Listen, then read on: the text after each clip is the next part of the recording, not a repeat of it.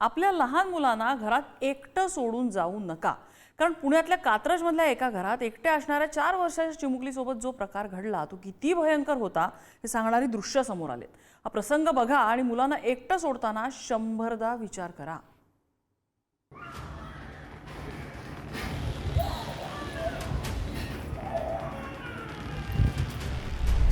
पालकांनो, ही घटना तुमचे डोळे उघडेल। ऊपर जाओ ना, ऊपर वाले प्लेट में जाओ ना, बच्चा गिर रहा है। आपल्या चिमुकल्यांना घरी एकटं ठेवू नका।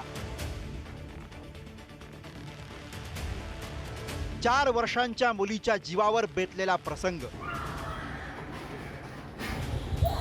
ही दृश्य बघून कुणाच्याही अंगावर काटा येईल। ओ भैया, ओ भैया, ऊपर जाओ ना, ऊपर वाले प्लेट में जाओ ना, बच्चा गिर रहा है। कुणाचंही काळीज वेगानं धडधडू लागेल या चिमुकलीच्या चिंतेने मन अस्वस्थ होईल।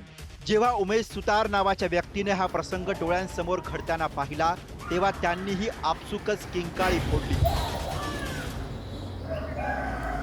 2 फ्लोर पे ऊपर जाओ, बच्चा गिर रहा है खिड़की में। आणि त्यांच्या किंकाळीनेच पुढे अनर्थ होता होता टळला।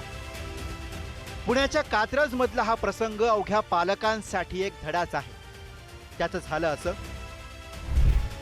ठिकाण आहे पुण्याच्या कात्रज मधील गुजर निंबाळकरवाडी खोपडे नगर। वेळ सकाळी 9 वाजताची। एका इमारतीच्या 3ऱ्या मजल्यावर एक भयंकर दृश्य दिसलं। एक चिमुकली खिडकीच्या ग्रिलला लटकली होती। हा प्रसंग पाहणारे उमेश सुतार किंचाळले। हा आवाज ऐकून अग्निशमन दलातील कर्मचारी योगेश चव्हाण धावत बाहेर आले। त्यांनी गॅलरीतनं हे भयंकर दृश्य पाहिलं। योगेश यांनी क्षणाचाही विलंब न लावता तिच्या घराकडे धाव घेतली। मुलगी ज्या घराच्या खिडकीत लटकली होती त्या घराला कुलूप होतं। इतक्यात मुलीला घरी ठेवून बाहेर गेलेली आई परतली। आईनं दरवाजा उघडताच योगेश यांनी मोठ्या जिकिरीनं मुलीला बाहेर काढलं।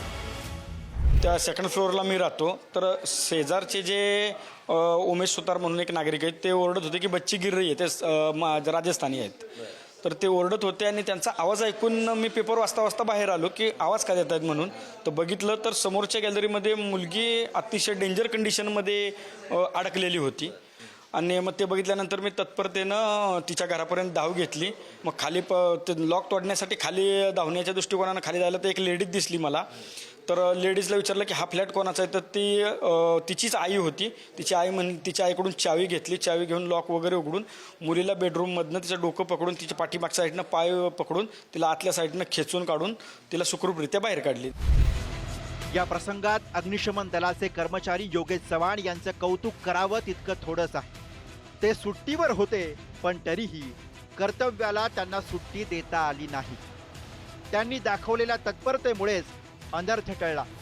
पण या मुलीच्या पालकांसाठीच नव्हे तर सगळ्या पालकांसाठी एक मोठा धडा या घटनेने दिलाय। तो म्हणजे परिस्थिती काहीही असो, आपल्या चिमुकल्यांना घरी एकटं सोडून जाताना 100दा विचार करा। कारण तुमचा निष्काळजीपणा तुमच्या चिल्यापिल्यांच्या जीवावर बेतू शकतो। पुण्याहून बालाजी पोद्दारसह ब्युरो रिपोर्ट, पुढारी न्यूज।